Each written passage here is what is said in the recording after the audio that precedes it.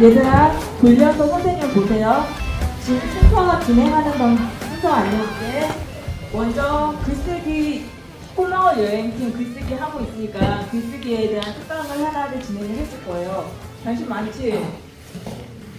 근데 쉽지 않은 내용이라서 잘 조금 이해를 하는 게 쉽지는 않을 거야. 근데 그거를 느끼면 돼. 느낌으로 받아들이면 돼. 글쓰기 특강이 끝나면 그 다음에 사마천사기 합의 준비됐죠. 그 다음에 현우 어딨어? 현우 준비됐죠. 그 다음에 혹시 더 준비된 사람 있어요? 그럼 이 둘만 할 거예요. 그 다음에 세령이가 식혜 만드는 그런 과학적 원리에 대해서 교육부 장관이 특강을 하나를 진행을 해줄 거예요. 그리고 시간이 남으면 슈엔테 너네 식혜랑 막걸리 프로젝트 준비한 거 발표하는 시간도 가질게요. 우리가 예전에 선배들 처음에 글쓰기 시작했을 때가 논문 쓰기로 시작을 했어. 첫 번째 스타트를. 우리 지연이는 기억을 할 거야. 선생님이 논문을 한번 너희들과 함께 써보자. 그때 지연이가 6학년이었어. 지금 6학년 손 들어보세요. 지연아 그때 6학년이었죠. 6학년 때 논문을 그럼 어떻게 써야 될까? 주제를 선정하는 게 굉장히 중요하죠. 그 주제가 너희들이 글을 쓰게 될 첫 번째 문장이야. 그 주제가 첫 번째 문장인 거야. 거기서부터 들어가야 되는데 문제는 내가 무엇에 관심이 있는지, 내가 무엇을 좋아하는지, 내가 무엇을 하고 싶은지가 없는 거야. 응?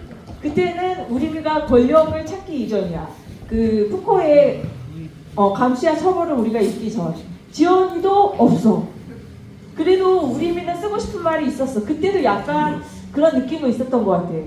그때 우리미가 썼던 주제가 뭐였냐면 우리가 코로나로 인해서 원래 한의학교는 견학을 통해서 생생한 삶의 체험을 통해서 배움을 익히는 학교인데 코로나 때문에 여행을 자주 가지 못했다. 거기에서 느끼는 학생들의 그런 생각들을 쓴 논문이었어.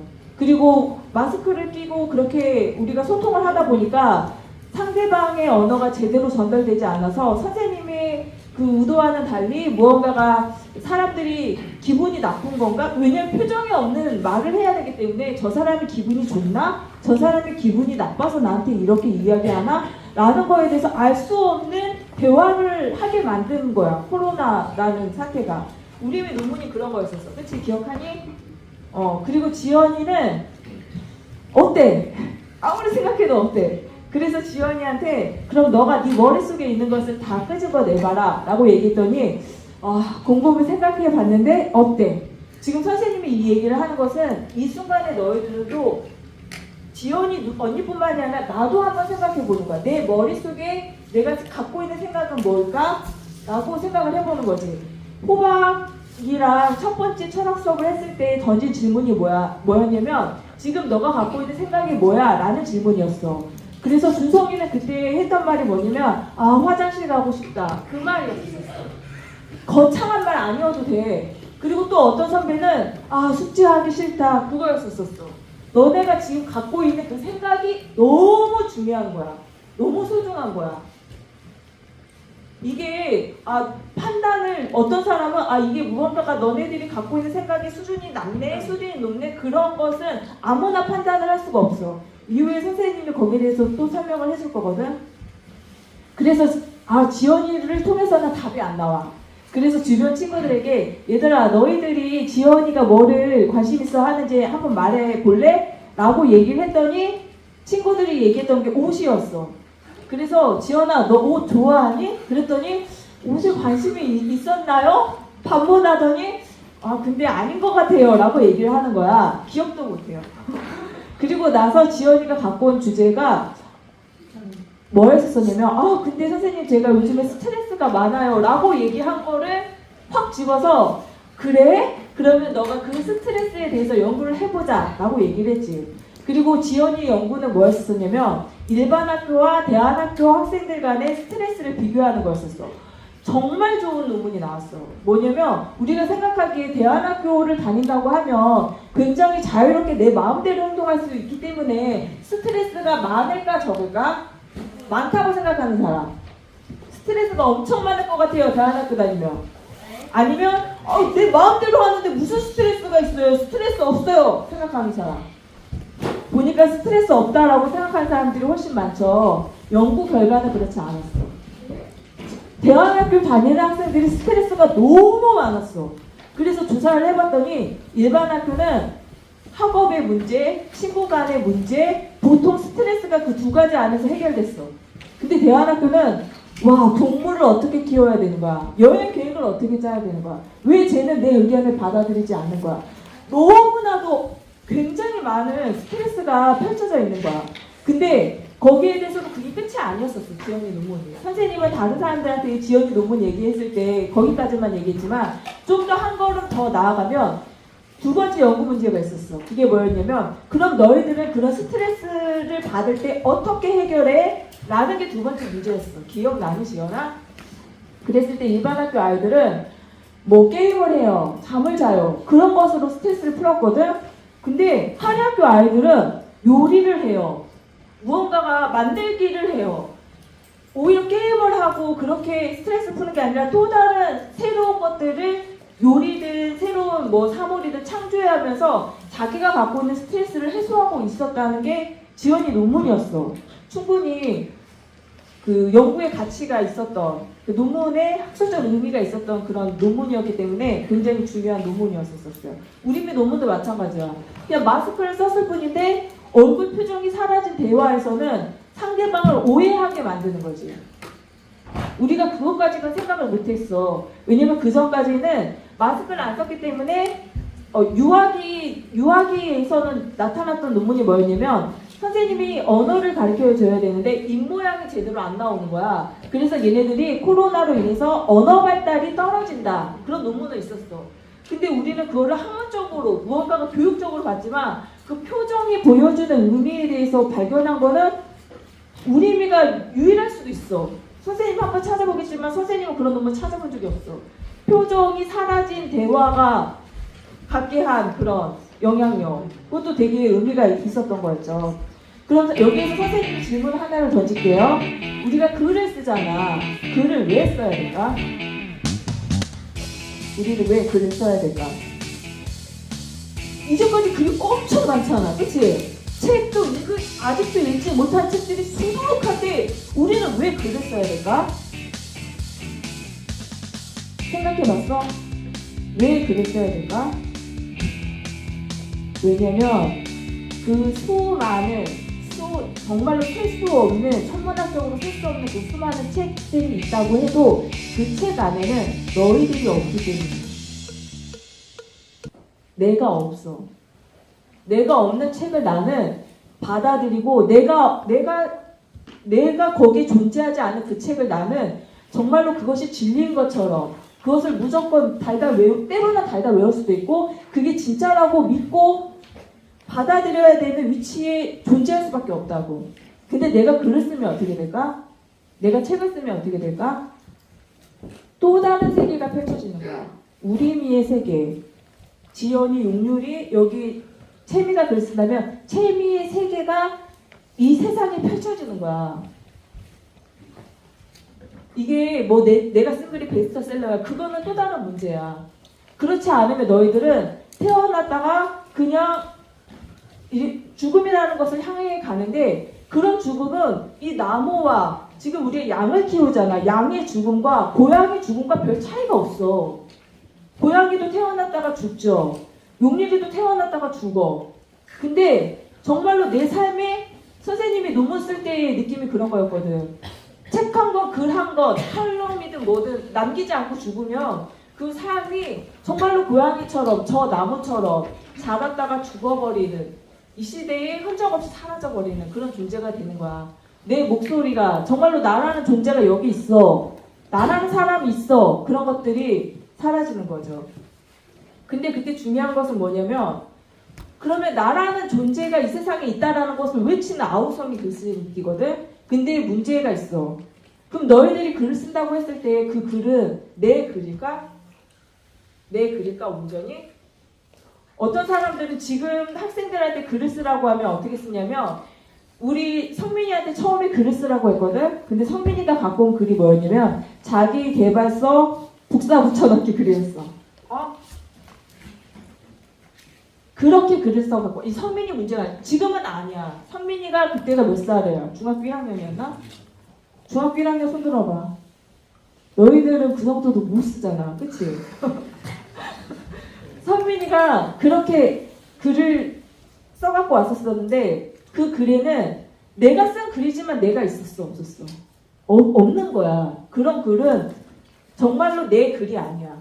그냥 누군가 썼던 글을 갖고 온 거고 남의 글을 갖고 왔기 때문에 그 안에 여전히 나는 존재하지 않아.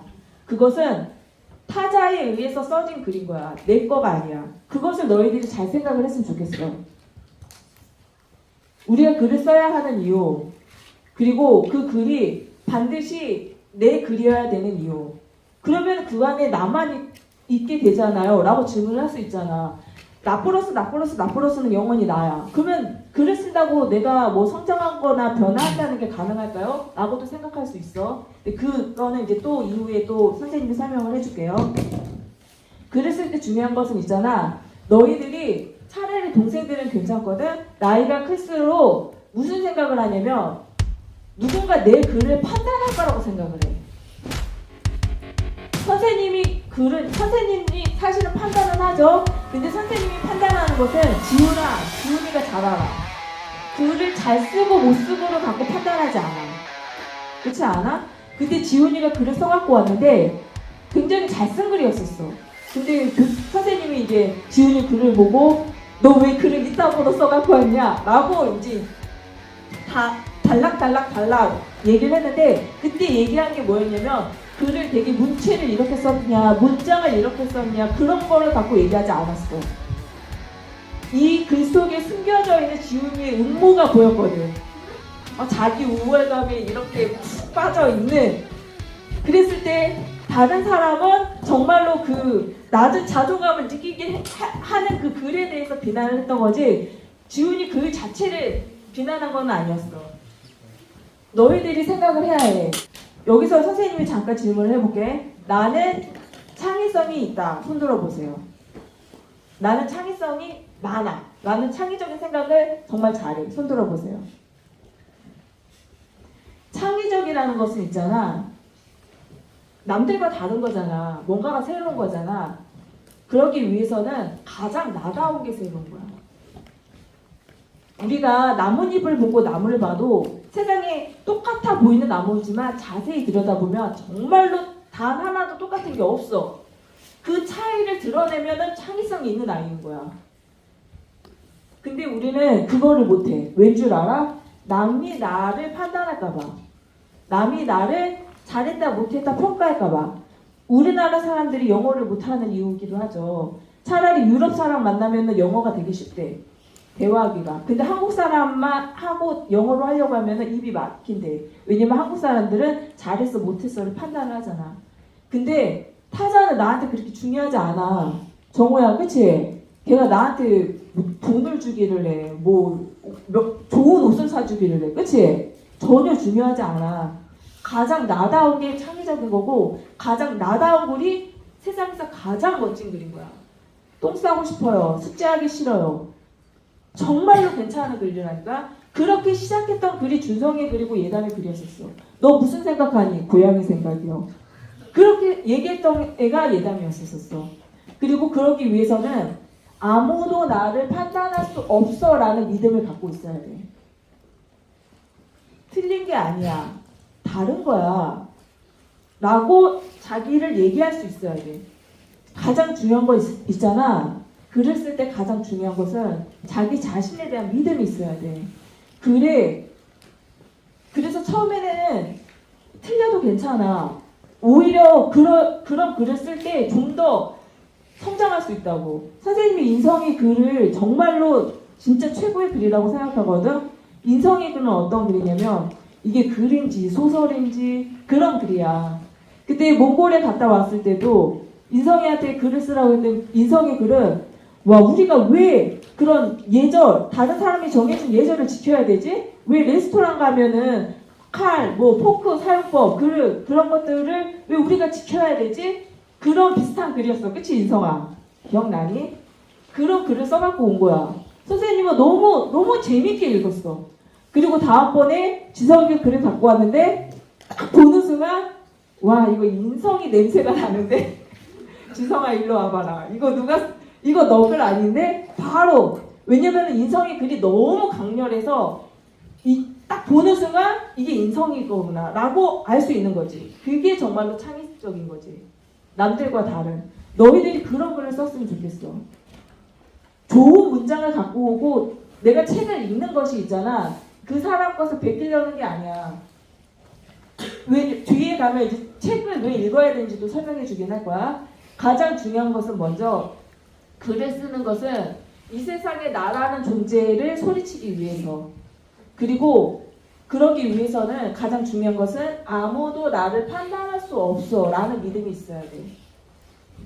너는 이 나무 각각의 하나가 그 존재 자체로 되게 의미 있는 것처럼 너라는 존재 하나 자체로 충분한 의미가 있어. 그 글이 그런 가치가 있다고. 근데 그때 다시 한번 얘기하면 지훈이 글은 타자를 공격하는 글이었기 때문에 얘기를 했던 거야. 내 글이라기보다도 타자를 공격하고 타자에게 변명하는 글이었어. 그치 지훈아? 또 두 번째 게르 작업된 글은. 그래서 그때도 지훈아 글 이렇게 쓰지 말자 라고 얘기를 했던 거야. 글이 타자가 들어갈 수는 있지만 그런 것들이 정말로 나를 높이기 위한 글이 그릴 때는 굉장히 위험해. 왜 위험했는지도 또 이제 설명을 할 거예요. 글쓰기는 글이라는 것이 어때? 그 남성 여성이 있죠. 남자가 있고 여자라는 존재가 있어.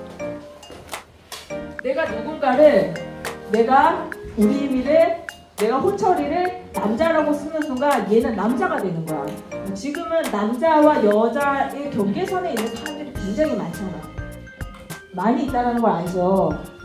남자이면서도 겉은 남자이면서도 내면은 여자. 겉은 여자인데 내면은 남자. 그리고 내 안에 남자 여자가 모두 들어가 있는 다양한 사람들이 존재해. 요즘에는. 예전에도 그랬고. 그랬을 때 내가 호철이를 남자라고 글을 쓰면 얘가 어떤 존재인지, 얘가 사실은 남자를 좋아하는 애일 수도 있어. 호철이가. 그런데도 불구하고 얘는 이 글에서 남자가 되어지는 거야. 너희들이 어떤 책을 읽잖아? 그 책 안에는 권력이라는 것이 작동해. 그리고 그런 것들이 너희들에게 무의식적으로 굉장히 가부장적으로, 그리고 권위적으로, 아버지 중심적으로 너희들에게 세뇌당하게 만든 게 있어. 근데 그런 것들이 사실은 한낱 은유적인 표현일 뿐이야. 더 넘을 수 있어. 내가 우림이 너는 학생이야 라고 글을 썼어. 하지만 그 학생이라는 말에 얘를 다 담을 수 있니? 얘는 집에서는 아들이야. 그리고 동생이 있을 때는 형이야.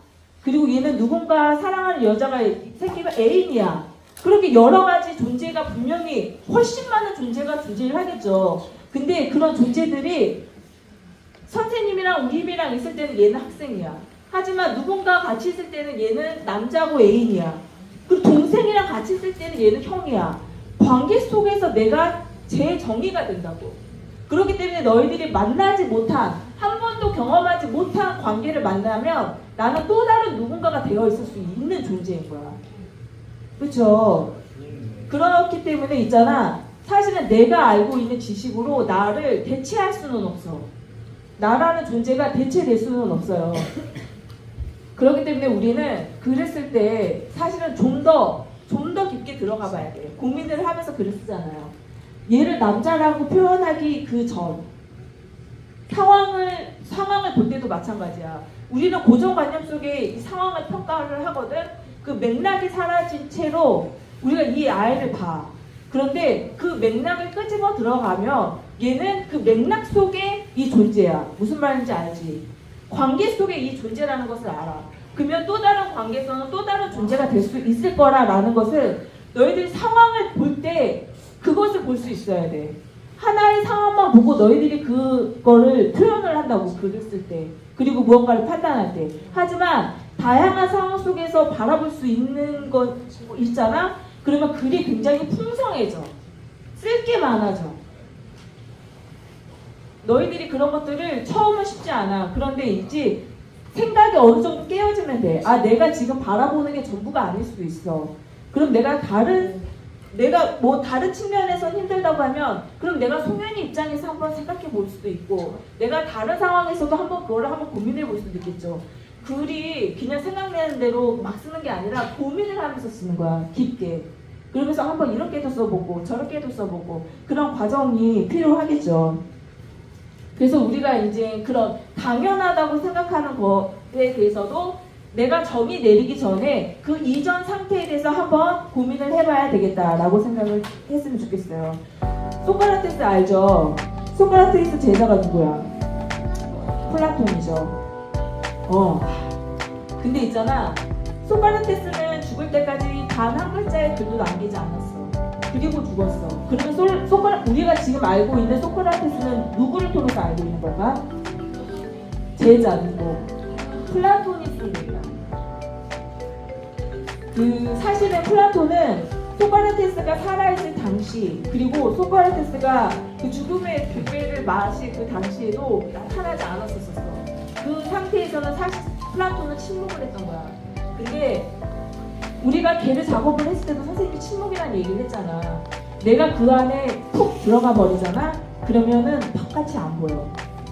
내가 그 안에 멤버로 들어가 버리면 지연이는 경험했을 거야. 내가 부분으로 들어가면 내가 치우는 것밖에 안 보이지만 내가 바깥으로 빠지면 더 많은 상황들이 보이는 거야. 더 많은 맥락들이 보이는 거야. 그것처럼 플라톤 같은 경우에는 정말 그 당시에는 침묵을 했어. 기억해 가면서 쓴 글이야. 플라톤이 국가론이라던가 소크라테스 그런 스승님이 했던 말들을. 근데 온전히 그 글이 소크라테스 글은 아닐 수도 있겠지. 그럼에도 불구하고 정말로 얼마나 그 소크라테스의 말에 충실했는가도 지금 후대에서는 굉장히 높게 평가를 하고 있어요. 우리가 성경책 읽으면 뭐라고 써있어? 창세기 1장.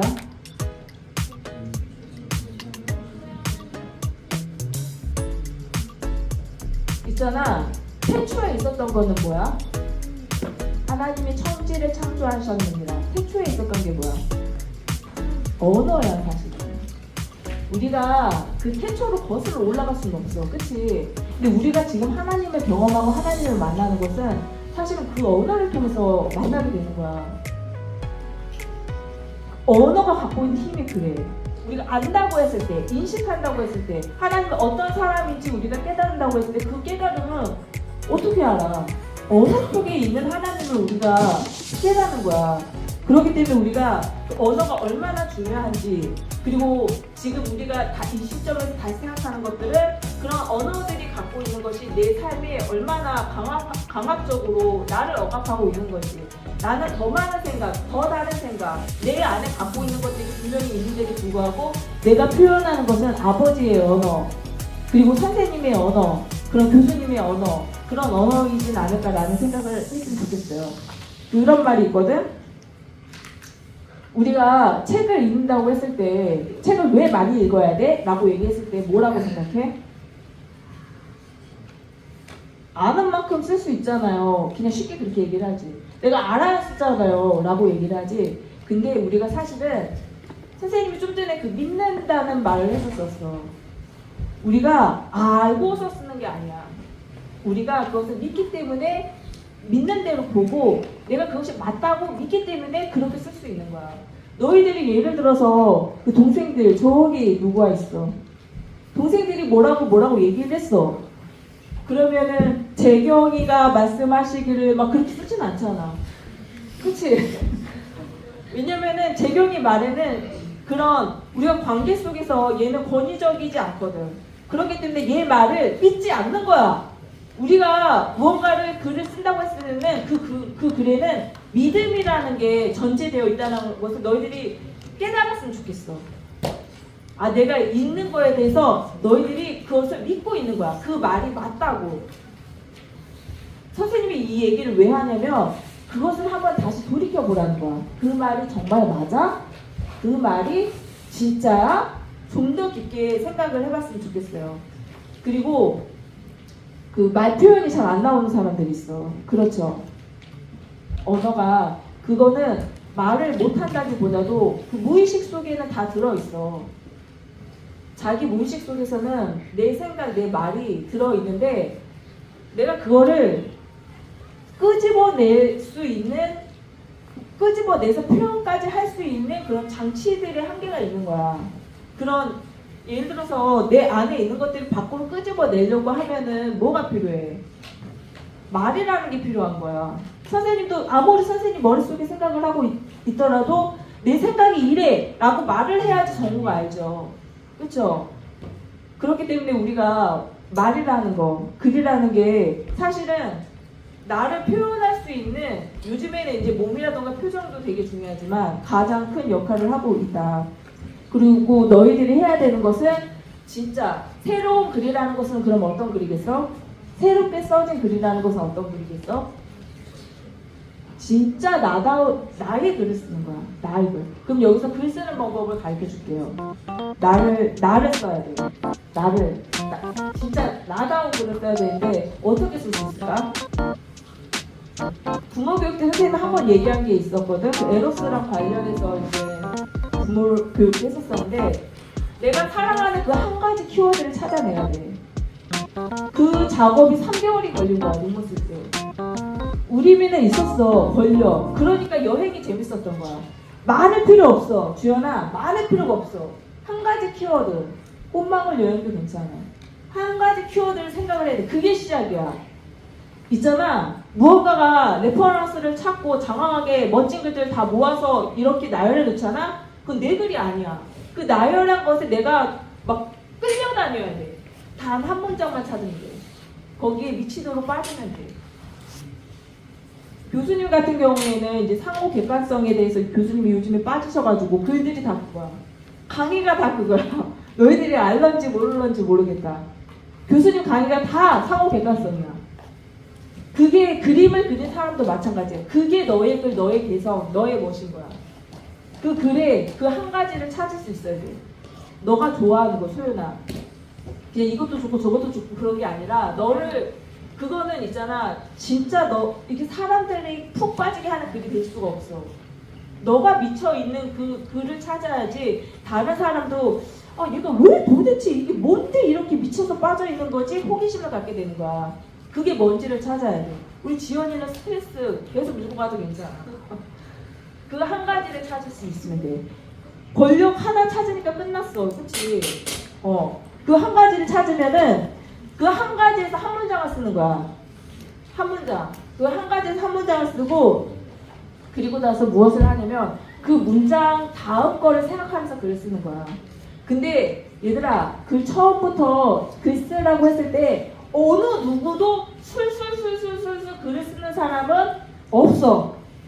되게 뛰어난 작가들도 이미 글을 쓰기 이전에 머릿속에 정말 구상이 되었기 때문에 쓴 거지, 갑자기 너희들한테 글을 쓰라고 했을 때는 내가 알고 있는 지식을 생각을 나열할 뿐이야. 근데 무언가가 너희가 새로운 사태에 대해서 글을 쓸 때는 그 한 가지를 찾아서 그것을 사건화해야 돼. 근데 중요한 것은 자기 생각만 갖고 쓸 때는 한계가 있어. 선생님이 글을 풍성하게 잘 쓰려면 어떻게 해야 된다고 그랬죠? 다양한 맥락에서 권력을 바라볼 수 있을 때 책 한 권도 나와. 1챕터, 2챕터, 3챕터, 4챕터. 다양한 맥락에서 내가 갖고 있는 그 스트레스에 대해서 쓸 때 책 한 권이 나올 수 있는 글이 되는 거야. 너희들이 갖고 있는, 예를 들어서 요번에 그 두바이 갔잖아요. 거기에서 너희들이 경험한 그 사건 하나, 그것을 잡고 무조건 앉아 있어야 돼, 책상에. 논문을 쓸 때 사람들이 매번 다음 학기에 쓸게요, 다음 학기에 쓸게요, 다음 학기에 쓸게요 미루는 사람이 있어. 그 사람들 평생 못 써. 그냥 무조건 써지든 안 써지든 책상에 앉아야 돼. 그리고 그 한 문장을 써. 그 한 문장을 쓰고 1시간, 2시간을 어떻게 쓸 수 있을까? 이렇게도 써볼까? 이렇게도 써볼까? 이렇게도 써볼까? 그때 생각 근육이 커지는 거야. 처음부터 솔직히 처음에 글 쓰면 5줄 쓰기 힘들어. 5줄 쓰기 힘들다니까. 정말 누구나 그래. 근데 앉아서 처음에 생각할 때는 막 3시 반 페이지 쓰는데 3시간 걸렸잖아. 근데 생각의 근육이 점점 커지고 내가 다양한 맥락에서 볼 수 있는 힘이 생기잖아. 그러면 좀 더 그 속도는 줄어들어. 앉아야 돼. 카톡 대화하지 말고 앉아서 책을 어떻게 내가 글을 어떻게 쓸지를 고민을 해. 처음에 분명히 안 써져. 그러면 쓰다 보면 줄로 쓰다 보면 내 글이 내가 원하지 않는 방향으로 또 갈 수 있어. 왜냐면 시작은 있지만 끝은 예상하지 못한 끝이잖아. 그래서 정말로 그런 글들이 이어지면서 내가 나의 시작은 이었지만 다른 곳에 위치해 있을 수도 있어. 그런 경험을 했을 때 내 글이 나만이 아니라 결국 그 글이 썼을 때 내가 다른 내가 되어 있는 거야. 이제 그 글을 다 쓰고 나서는 그 글이 더 이상 내 글이 아닌 거야. 그런 경험들을 했으면 좋겠어. 근데 중요한 것은 있잖아. 완벽하게 쓰려고 하면 아무나 못 써. 뭐라고? 한 문장을 써놓으라고.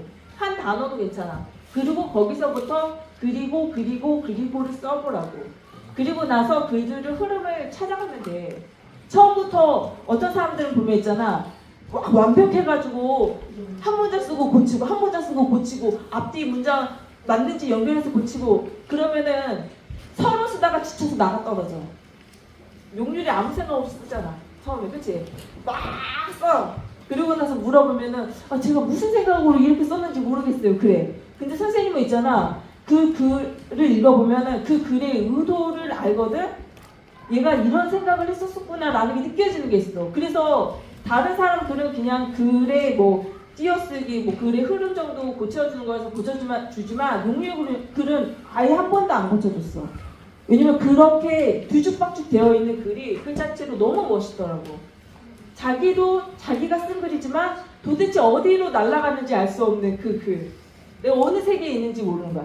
근데 그 순간 내가 그렇다고 해도 다시 쓰다 보면은 제자리에 돌아와 있고 또 우주로 가 있다가 또 다시 돌아와 있고 그런 경험을 하게 될 거예요. 중요한 것은 앉아서 써야 된다.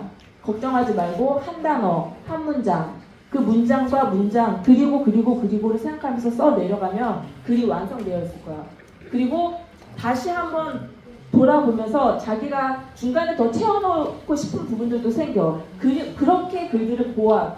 처음에는 쓰고 그 다음에 수정을 하는 방법으로 그렇게 진행을 했으면 좋겠어요. 그리고 선생님이 아까 이야기한 것처럼 사랑한다는 거 상황을 내 걸로 사건화할 수 있어야 돼. 사건이 뭐야? 우리가 역사적인 사건이라고 얘기할 때 그 사건을 얘기하잖아. 그것을 발견할 수 있어야 돼. 그러면 사실은 내가 사랑하는 것도 있어야 되지만 그 사랑하는 그 사람이 그냥 내 앞에 지나치지 않게 내가 깨어있어야 돼. 그것을 볼 수 있는 능력이 있어야 돼. 어떤 그 심리 테스트를 했잖아. 근데 사람들이 굉장히 재미있게 똑같이 주어지는 상황에서도 내 눈에 보이는 것만 분명히 거기 있었는데도 불구하고 내 눈에 보이지 않는 그런 심리 테스트들 많잖아. 그쵸? 예를 들어서 여자가 이제 수영복을 입고 아기를 뭐 하고 있었었는데 남자한테 그 사진을 딱 보여줘. 그랬을 때 여자가 들고 있는 것은 근데 수영복밖에 생각이 안 나. 그런 거 요즘에 윤유라 해봤지? 여자 손에 뭐를 들려줬는데 여자가 수영복을 입고 있어. 그리고 이제 화면을 보여준 거야. 민유라? 화면을 딱 보여준 다음에 여자 손에 들고 있었던 게 무엇인가요? 기억을 못해. 비키니 입고 있었어요. 사람은 있잖아. 내가 보고 싶은 것만 보인다는 거야. 그런 것을 너희들이 기억을 했으면 좋겠어. 그래서 매 순간 조금 반짝반짝 빛나게 깨어있어야 돼. 이거는 좀 재밌는 얘기인데 성경에 레아와 라헬이 있어. 근데 그 야곱이지. 야곱이 레아는 안 예뻐해. 라헬은 너무 좋아하지. 라헬이 낳은 자식이 요셉이잖아. 레아가 자식을 엄청 많이 낳거든? 근데 그 자식 다 안 예뻐해. 근데 라헬이 낳은 그 요셉만 맨날 색동옷 입히고 엄청 예뻐해. 근데 성경에 나와 있어. 왜 라헬을 예뻐했는지 알아? 라헬의 눈동자가 빛이 났다고 얘기해. 라헬의 눈동자에 힘이 있었고. 딱 그 한 문장 나와. 라헬이 뭐 예를 들어서 머리가 이렇게 길고 예쁜 옷을 그게 아니라 라헬의 눈동자에 대한 이야기를 해. 그게 사람을 되게 아름답게 보이는 거야. 너희들도 있잖아. 그런 것들이 사건화되기 위해서는 내가 그 매 순간에 놓치지 않게 의미화할 수 있는 그걸 발견할 수 있는 그런 것들을 갖고 있어야 돼요. 그래서 선생님이 책을 쓰는 방법 설명을 해줬었어요. 어떻게 써야 되는지. 그리고 너희들한테 이제 하고 싶은 말 2가지 남았어. 정말로 충실하게 써야 돼. 누구나 굉장히 힘들어.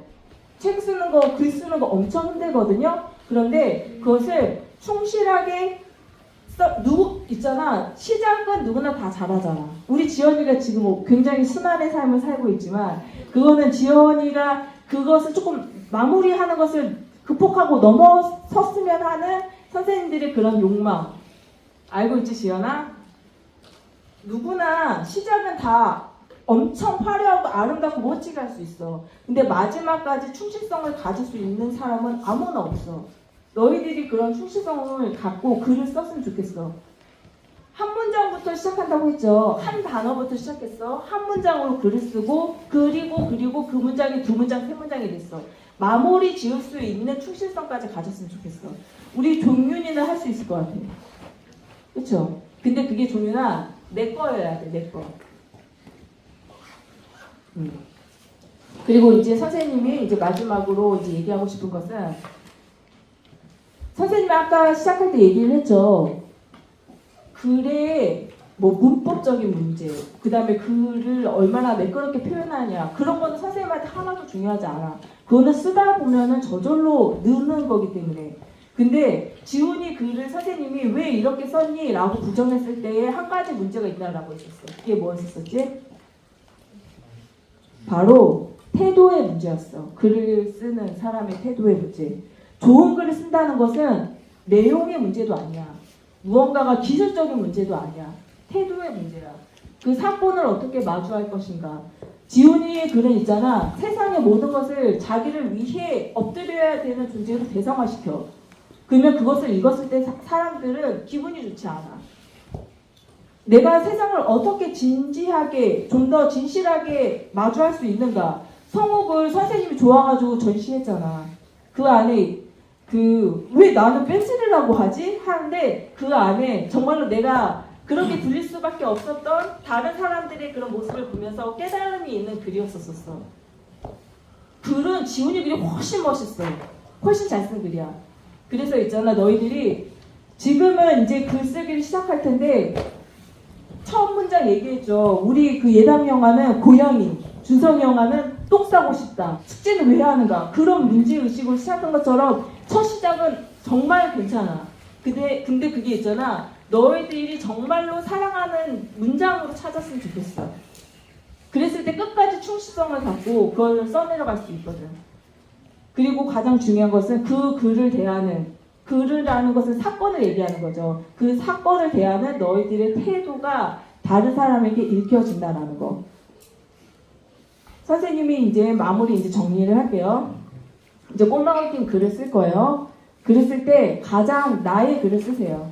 내가 지금 갖고 있는 생각, 그리고 내가 갖고 있는 사건을, 근데 내가 내 생각이 내 글이 풍성해지려면 다양한 측면에서 바라볼 수 있다는 거.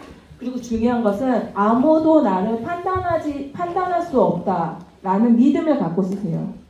아무도 나를 판단할 수 없어. 틀린 게 아니야. 다른 거지. 나는 믿음을 갖고 써야 돼. 자신감을 갖고 쓰라는 얘기야. 그렇게 쓸 때 글이 거침없이 써줄 수 있어. 이거 생각하고 저거 생각하고 타자 생각하고 선생님 생각하고 칭찬받을 생각하고 그렇게는 글을 쓸 수가 없어. 그래서 내일 오전까지 글을, 꽃망울 띄운 글을 다 써갖고 오시길 바라겠습니다. 그래서 오늘 글쓰기는 선생님이 너희들 글쓰기 전에 한 번은 설명을 해주고 싶어서 준비를 했고요. 여기서 마칠게요. 그리고 바로 우리 하빈이하고 현우 발표할게요.